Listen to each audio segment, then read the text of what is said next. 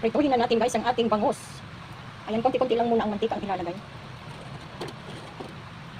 Painitin muna natin ang kawali bago tayo magprito ng daing na bangus.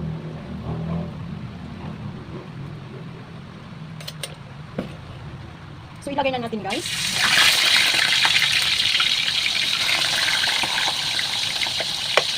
So kailangan dito wag masyado malakas ang apoy, sakto lang.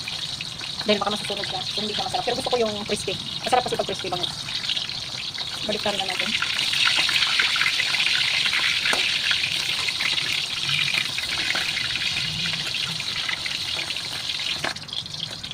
Balik rin ulit. So kailangan guys, dalawang beses yung balik rin.